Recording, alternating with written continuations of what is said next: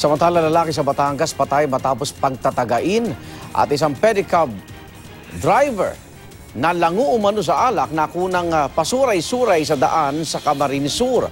Narito ang unang balita sa probinsya. Pagmasdan ng pedicab driver na ito habang pumapadyak sa kahabaan ng kalsada na ito sa Baaw, Camarines Sur.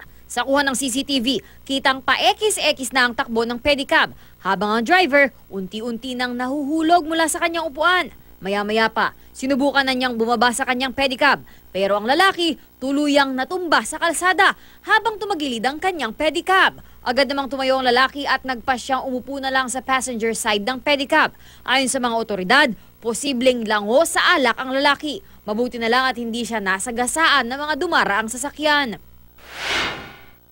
Huli ang 2 minor de edad na lalaki matapos magnakaw ng bag ng isang tindera sa palengke sa Lingayen, Pangasinan.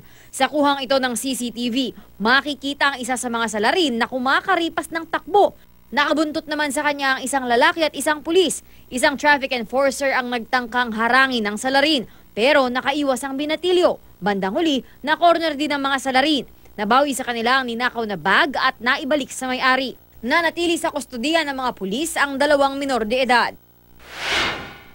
Sa bayan naman ng Rosario sa Batangas, patay ang isang lalaking 52 taong gulang matapos pagtatagain. Nagpapahinga lang sa ilalim ng isang puno ang biktimang si Flacido Manalo nang dumating ang suspect at agad pinagtataga ng gulok ang biktima.